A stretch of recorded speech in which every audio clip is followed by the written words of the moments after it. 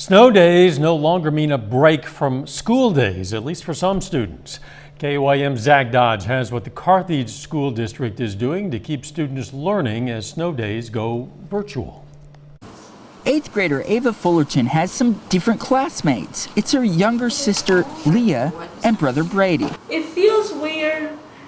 Sometimes they make a lot of noise, sometimes they make less noise. The three students weren't in a classroom most of last week, aside from on Friday, and so far this week has been filled with snow days. Instead, they're spending their mornings at the table doing take-home packets. We're moving along just fine with our packets, I think.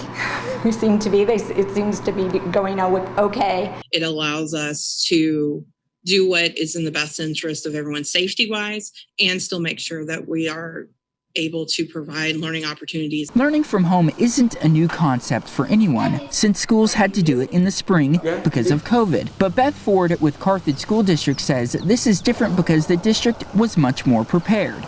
Work packets are being sent home with and emailed to students that focus on math, reading, science, and social studies. Teachers are checking in to answer questions and connect with students. And students at the high school are being able to use Chromebooks at home, something that's a big help to teachers like Jennifer Wagner. More than the content, it's just making sure we're keeping in contact with our students, and we just kind of try to keep putting the message out that we're here.